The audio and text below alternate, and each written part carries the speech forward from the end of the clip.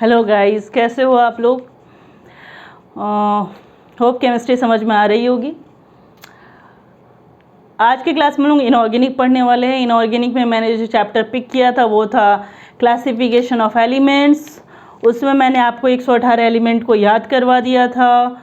Then उसको SPDF में classify कर दिया था और मैं पीरियोडिक प्रॉपर्टी को डिस्कस कर रही थी।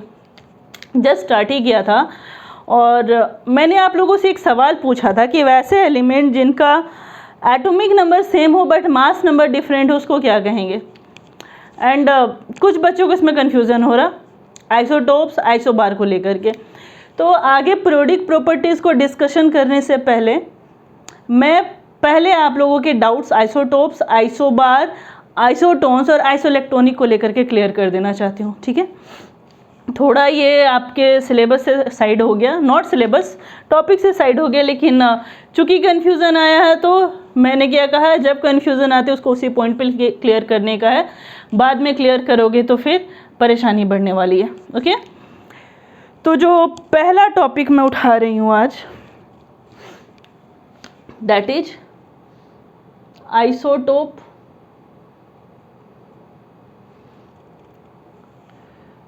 दूसरा उठाऊंगी आइसोबार, तीसरा उठाऊंगी आइसोटोन और चौथा उठाऊंगी आइसो इलेक्ट्रॉनिक। ओके, ये चार टॉपिक पे कमांड होना चाहिए। आपके नीट के एग्ज़ाम में यहाँ से क्वेश्चन आता है, आइसो इलेक्ट्रॉनिक से क्वेश्चन आता है, समटाइम्स आइसोटोन से भी पूछ देता है। आइसोबार और आइसोटोप बहुत ही कॉमन और आसान टॉपिक हो जाता है, तो जनरली इससे क्वेश्चन नहीं पूछे जाते हैं। इससे क्वेश्चन पूछे जाएंगे तो आपको रेडियो एक्टिविटी को इंक्लूड करके पूछा जाएगा, अदरवाइज नहीं पूछा जाता। ठीक है, तो पहला सवाल आइसोटोप कहेंगे किसको। सिंपली अगर किसी एलिमेंट का एटॉमिक नंबर सेम है बट मास नंबर चेंज कर गया, element having same atomic number but different mass number, यानी वो कैसा सब्सटेंस, वो एक ही खानदान का, एक ही एलिमेंट का, एक ही एटम का डिफरेंट मास आ गया है, तो उसको हम कहेंगे isotopes. Element having same mass number, same atomic number but different mass number is isotope. Clear, same atomic number different mass number. Okay, लिख लें, सेम एटॉमिक नंबर को हम जनरली जेड से डिनोट करते हैं, तो मैं शॉर्ट के लिए जेड लिख दूं, और मास नंबर को ए से डिनोट किया जाता है, तो मास नंबर जहां आएगा मैं ए को इस्तेमाल करूंगी। तो same Z that is same atomic number and different mass number हो, तो ऐसे सब्सटेंस को हम कहते हैं आइसोटोप्स। एग्जाम्पल, हाइड्रोजन के आइसोटोप्स, 3 आइसोटोप्स होते हैं, हाइड्रोजन, ड्यूटेरियम, ट्रिटियम। आपको कोई ज़रूरी नहीं कि आप इसको डी और टी से दिखाओ, आप इसको एच से ही दिखा सकते हो, कोई फ़र्क नहीं पड़ता है, ऑल आर सेम। ओके, तो atomic number is same 1 1 1 but mass number is different, that is 1 2 3। Generally यहाँ हो क्या रहा है, इस हाइड्रोजन में देयर इज नो न्यूट्रॉन, इस हाइड्रोजन में एक न्यूट्रॉन आ गया है और इस हाइड्रोजन में 2 न्यूट्रॉन है, तो ऐसे सब्सटेंस को हम कहेंगे आइसोटोप्स। एक और एग्जाम्पल, सेकेंड नंबर एग्जाम्पल हम ले लेते हैं ऑक्सीजन का। ओके, ऑक्सीजन क्या होता है,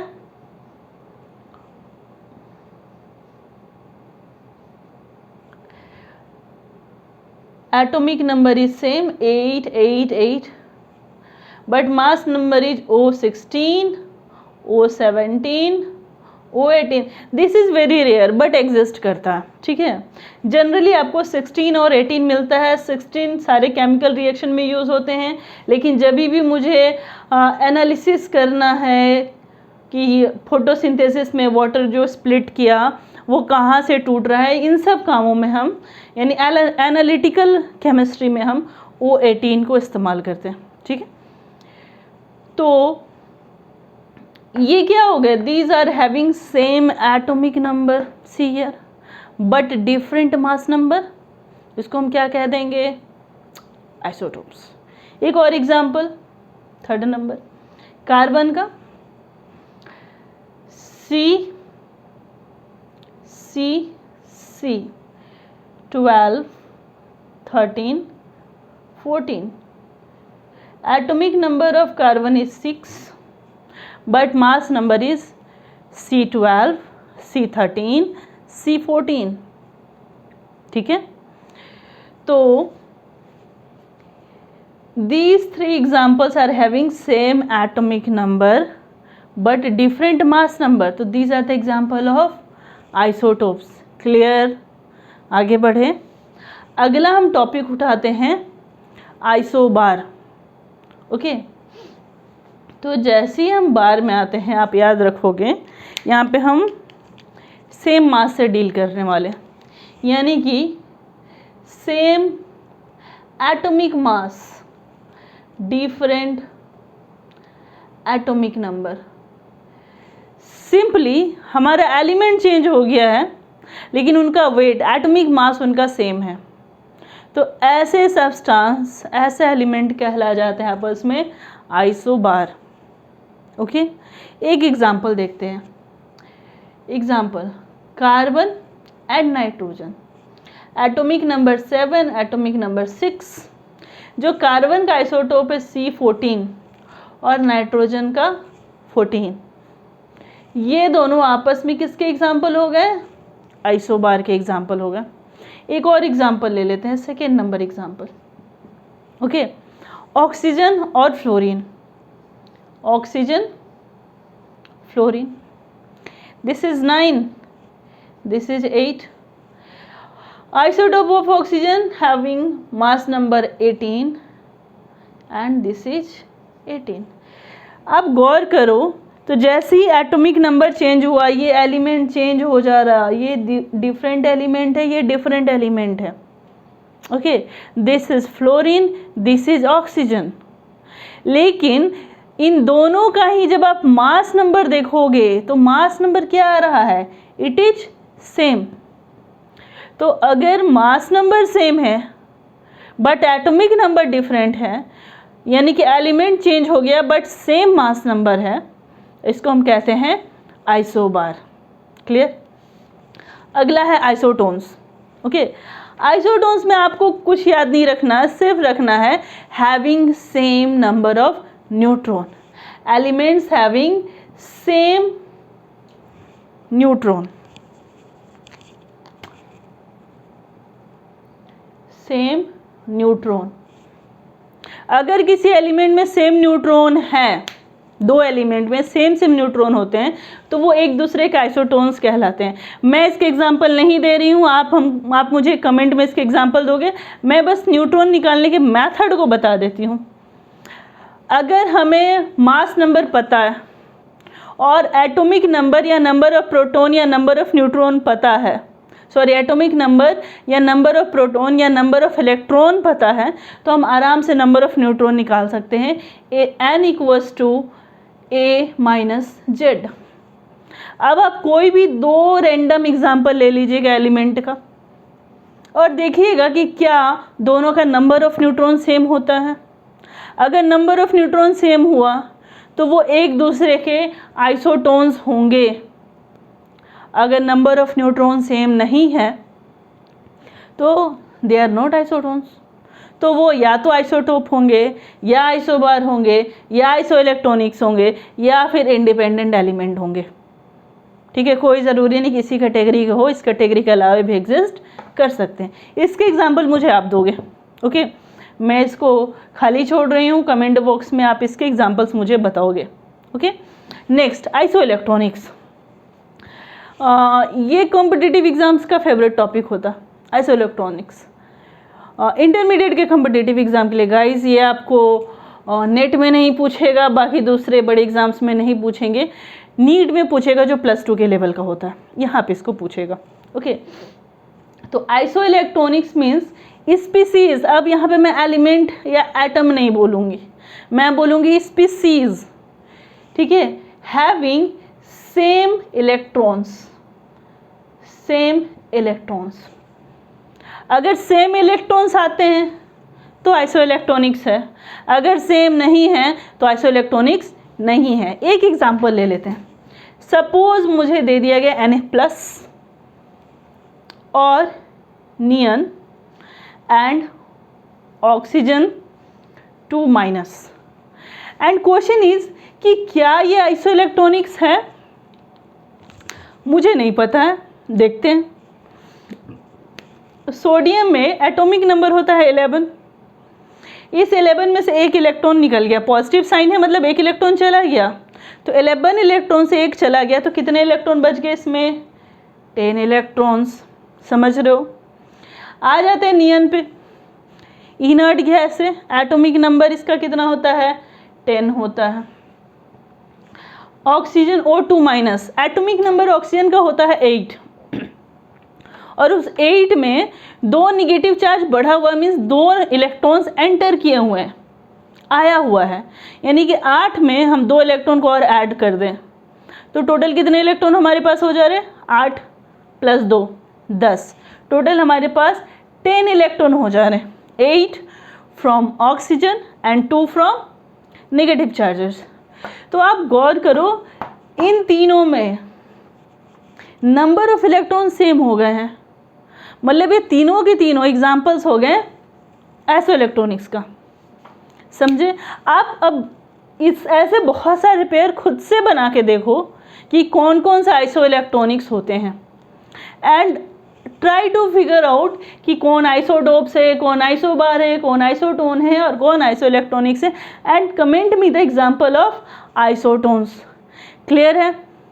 चलो, इस टॉपिक में आप लोगों ने गलती की थी तो मैंने पीरियोडिक प्रॉपर्टी को इंटरप्ट करते हुए इस टॉपिक को क्लियर किया। नेक्स्ट मैं आगे बढ़ती हूँ और मैं समझाती हूँ अब आपको periodic property. Give me time of 10 seconds. हाँ तो गाइस, पीरियोडिक प्रॉपर्टीज़ में जो मुझे पढ़ने हैं वो है एटॉमिक रेडियस। पिछले वीडियो में मैंने थोड़ा सा डिस्कस किया था साइज को लेकर के। Ionic radius, ionisation enthalpy, electron gain enthalpy and electronegativity. इस 5 टॉपिक पे आपका कमांड होना ही चाहिए, तब आप इसके बाद वाले टॉपिक्स केमिकल बॉन्डिंग को समझ पाओगे वेरी इजीली, अगर इस पे कमांड है तो। और इस पे कमांड करना very easy. Okay, so should we start from the very first topic, atomic radius से। इस एटॉमिक रेडियस में आपको कुछ नहीं करना है। Go for my previous video जो मैंने यूट्यूब पे डाला हुआ है, वहाँ पे मैंने डिटेल बताया हो कि whenever we are moving from top to bottom, number of orbit increases. Okay, wait,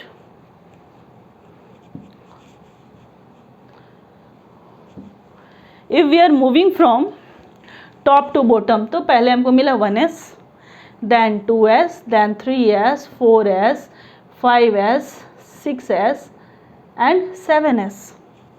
Okay, means I had 1 orbit, 2 orbit, 3, 4 and so on,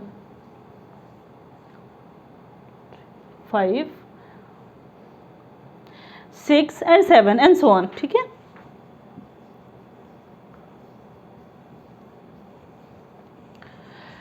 so on moving from top to bottom, number of orbit increases. Since number of orbit increases, but obvious atomic size will increase. Means compared to हलीना करे रब से फरियाद, सबसे बड़ा size किसका होने वाला है? बट ऑब्वियस फरियाद का साइज। सबसे बड़ा होने वाला, इट इज़ फ्रांसियम सबसे बड़ा साइज होने वाला है, और सबसे छोटा हाइड्रोजन। इन दोनों में कौन बड़ा होगा? सोडियम छोटा होगा, पोटेशियम बड़ा होगा साइज में। यानी on moving from top to bottom size क्या हो जाता है? इंक्रीज करता है, क्योंकि नंबर ऑफ ऑर्बिट बढ़ रहे हैं। जब भी हम पीरियोडिक प्रॉपर्टीज पढ़ते हैं तो हम सिर्फ वर्टिकल बात नहीं करेंगे, हम वर्टिकल भी देखेंगे प्रॉपर्टी और हॉरिजॉन्टल भी। यानी सिंपली हम इसको बोलते हैं on moving down and on moving from left to right.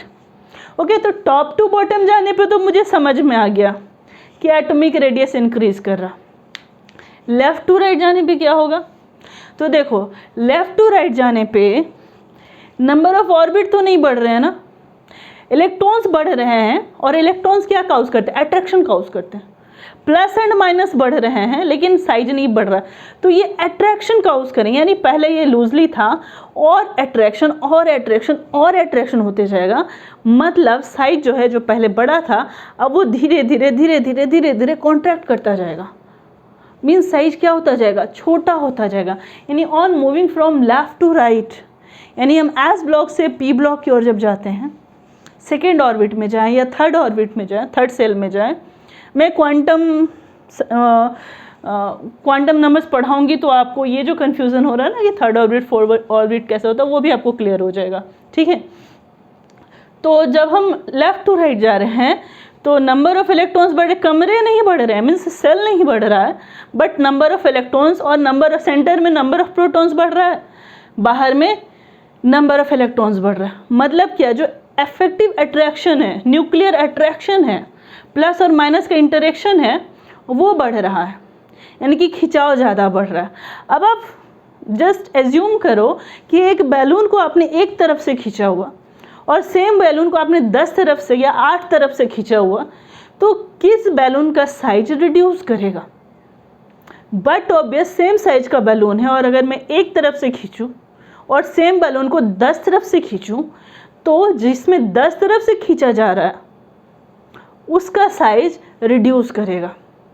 मतलब from moving left to right, orbit is not increasing, means size is fix, but number of electron is increasing, और centre में number of proton is increasing, means effective nuclear attraction is increasing. Means attraction बढ़ रहा है, attraction बढ़ रहा है मतलब चीज़ें पास आएंगी, मतलब साइज क्या हो जाएगा? छोटा होएगा। यानी from going left to right size will decrease, on moving from top to bottom size will increase.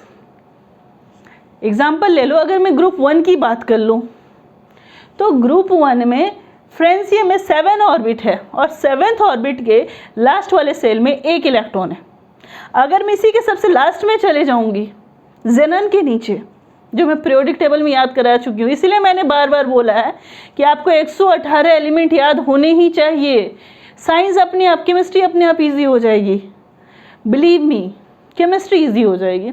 तो जब आप जेनन के नीचे गए तो वहाँ पे सेम 7th ऑर्बिट में 8 इलेक्ट्रॉन है।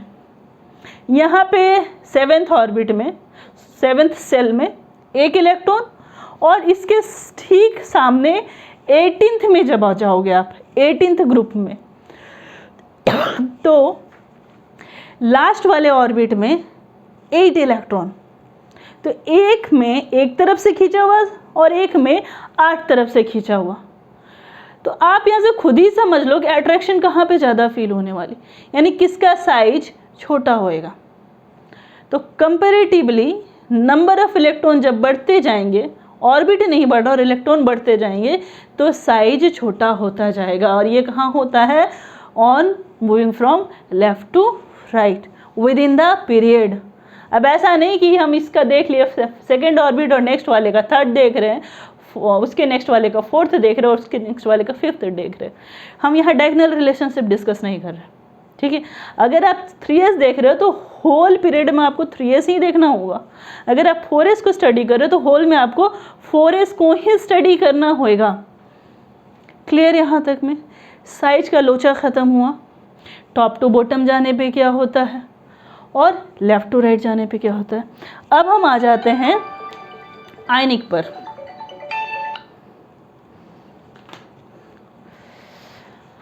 Ionic radius.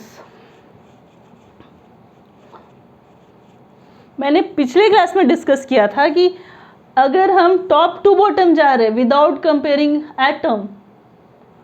एटॉमिक रेडियस तो साइज इंक्रीज करता है, लेकिन आज के क्लास में हम उसको एटॉमिक रेडियस से कंपेयर करने वाले हैं। ठीक है, give me time of 5 second, I have a call.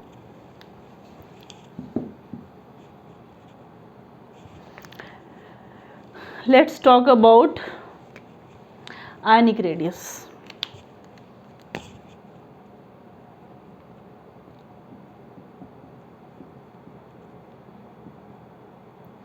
तो पहला क्वेश्चन कि आयंस कैसे बन गए, तब तो रेडियस पे जाएंगे। तो जो हमारा एटम होता है ना, कोई भी atom, suppose it's an atom sodium, sodium को ना लेकर के मैं अभी एक एटम ले लूँ ए और एक एटम ले लिया बी। ओके, एक एटम के अंदर 3 प्रोसेस होते हैं, या तो इलेक्ट्रॉन बाहर जाएगा, या इलेक्ट्रॉन अंदर आएगा, या कुछ भी नहीं होगा, यानी ना तो इलेक्ट्रॉन जाएगा ना ही इलेक्ट्रॉन आएगा। ओके, किसी भी एटम में 3 ही प्रोसेस होते हैं किसी भी रिएक्शन के दौरान। पूरी केमिस्ट्री में जितने भी रिएक्शंस है इसके दौरान 3 ही बातें होती हैं। या तो इलेक्ट्रॉन का नंबर चेंज होगा, दैट इज इलेक्ट्रॉन या तो जाएगा या आएगा, 2 बातें हो गई। या फिर तीसरा होता है कि कोई फर्क नहीं पड़ेगा। ओके, अब अगर इलेक्ट्रॉन एंट्री कर रहा है, इलेक्ट्रॉन ऐड हो रहा है, तो उस एटम के ऊपर आएगा साइन माइनस, निगेटिव। ठीक है, अगर इलेक्ट्रॉन लीव कर रहा है, अगर इलेक्ट्रॉन एंट्री कर रहा है, साइन आएगा माइनस एटम पर। अगर इलेक्ट्रॉन लीव कर रहा है तो साइन आएगा प्लस। आप इसको सेम से भी समझ सकते हो और डिफरेंट से भी समझ सकते हो। साइन आएगा प्लस। एग्जाम्पल में हमने ले लिया क्लोरीन। ओके, अब क्लोरीन में पहले से 17 इलेक्ट्रॉन है, ये एक और इलेक्ट्रॉन को एक्सेप्ट करके Cl माइनस में कन्वर्ट हो गया, तो इसके पास इलेक्ट्रॉन कितने हो जाते हैं, 18। यानी कि अगर क्लोरीन में एक इलेक्ट्रॉन ऐड हो गया है तो साइन क्या आ गया उस पर, माइनस। सोडियम का एग्जाम्पल ले लो, सोडियम से अगर एक इलेक्ट्रॉन बाहर निकल गया तो वो कन्वर्ट हो जाता है Na+ में। यानी कि किसी एटम से इलेक्ट्रॉन बाहर गया तो वो पॉजिटिव आयन, जिसको हम कैटायन बोलते हैं, कैटायन में कन्वर्ट होगा, कैटायन। और अगर किसी एटम में इलेक्ट्रॉन ऐड हुआ है, इलेक्ट्रॉन आया, तो उस पर निगेटिव चार्ज आएगा और वो कहला जाएगा एनायन। क्लियर? अगर इलेक्ट्रॉन आया, एनायन। अगर इलेक्ट्रॉन चला गया, बाहर निकल गया, तो वो कहला जाएगा कैटायन। क्लियर है? ठीक है, इसको डिस्कशन करने का तो आधे घंटे तक डिस्कशन किया जा सकता है, लेकिन अभी don't deviate yourself from the topic, be stick to the topic. Ionic radius हम पढ़ रहे हैं। ओके, सो इसको हम पढ़ेंगे जब आयनेशन एंथैल्पी और इलेक्ट्रॉन गेन एंथैल्पी पढ़ेंगे, तो काफ़ी डिटेल में पढ़ने वाले हैं। तो एनायन और कैटायन कब बनेगा वो समझ में आ गया। अब हम ये देखते हैं कि रेडियस को क्या फ़र्क पड़ने वाला है। देखो, मैं एग्जांपल ले लेती हूँ सोडियम का। सोडियम के आउटर मोस्ट में, सोडियम छोटा है तो बनाने में ईजी होएगा,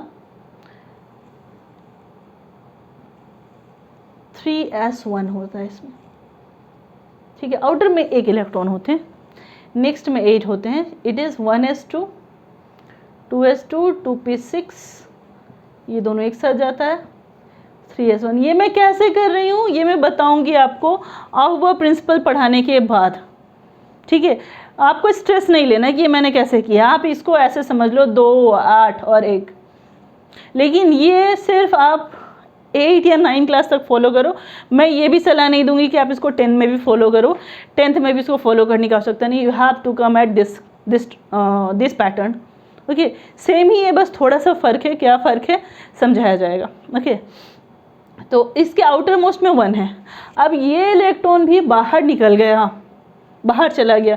क्यों गया, कैसे गया, आप आयनेशन एंथैल्पी में पढ़ोगे। अभी हम सिर्फ इतना बता रहे कि ये बाहर निकल गया। अगर ये बाहर निकल गया तो जैसे ही ये बाहर गया, बताओ अब इस कमरे का एग्जिस्टेंस रहा क्या? नहीं, ये ऑर्बिट का एग्जिस्टेंस खत्म। यानी कि सोडियम एटम जब सोडियम आयन में कन्वर्ट होगा तो एक ऑर्बिट कम हो गया, मतलब साइज क्या हो जाएगा, डिक्रीज। सिमिलरली अगर मैग्नीशियम Mg2+ में कन्वर्ट हो गया, ओके, तो आउटर मोस्ट ऑर्बिट का एग्जिस्टेंस खत्म। ये मैं सिंप्लिसिटी के लिए समझा रही हूँ, डिटेल कंसेप्ट इससे ज़्यादा कहीं है। ये मैं +2 के लिए समझा रही हूँ, ग्रेजुएशन में यू कांट डू दिस। तो ग्रेजुएशन के लिए मैं डिस्कस करूँगी डिटेल में आयनेशन एंथैल्पी वगैरह को, ठीक है। अभी बच्चों के लेवल का समझो। तो इसका आउटर मोस्ट ऑर्बिट खत्म, इलेक्ट्रॉन गया तो ओके। अब जब ये ख़त्म हो गया तो साइज क्या हो गया, डिक्रीज हो गया, ठीक है।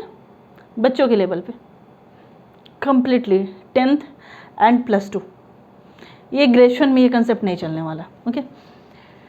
तो जब Mg2+ में कन्वर्ट हुआ तो आउटर मोस्ट ऑर्बिट ख़त्म, मतलब साइज क्या हो गया, छोटा हो गया, ठीक है। तो जब भी हम एटम से आयन में कन्वर्ट करें तो एटम के मुकाबले आयन का साइज क्या हो रहा है, छोटा हो रहा है, ठीक है। यानी एटम के कंपेयर में आयन का साइज छोटा होगा। क्लियर है, कोई डाउट? आगे बढ़ें, ठीक है। मेनली आयनिक रेडियस को आपने कंपेयर करा दिया, इसका मेन कंसेप्ट आएगा आयनेशन एंथैल्पी और इलेक्ट्रॉन गेन एंथैल्पी से। वहाँ से आपको क्लियरली समझ में आने वाला है कि साइज को क्या फ़र्क पड़ने वाला है, विथ रीज़न। अभी तो मैंने बस बता दिया कि ऑर्बिट ख़त्म हो जा रहा है, ऑर्बिट आ जा रहा है, which is not the way for graduation student and for students are preparing for NEET, okay. So next topic में चले। नेक्स्ट टॉपिक को हम लोग पढ़ते हैं नेक्स्ट वीडियो में। ये वीडियो ऑलरेडी बहुत लंबा हो चुका है, 27 मिनट का हो चुका है। तो नेक्स्ट टॉपिक को मैं शुरू करूँगी नेक्स्ट वीडियो में, अभी तुरंत, ओके। मिलते हैं नेक्स्ट वीडियो में हम लोग। तब तक के लिए you take the break, do like, comment and subscribe and share it to the needy one. Good luck.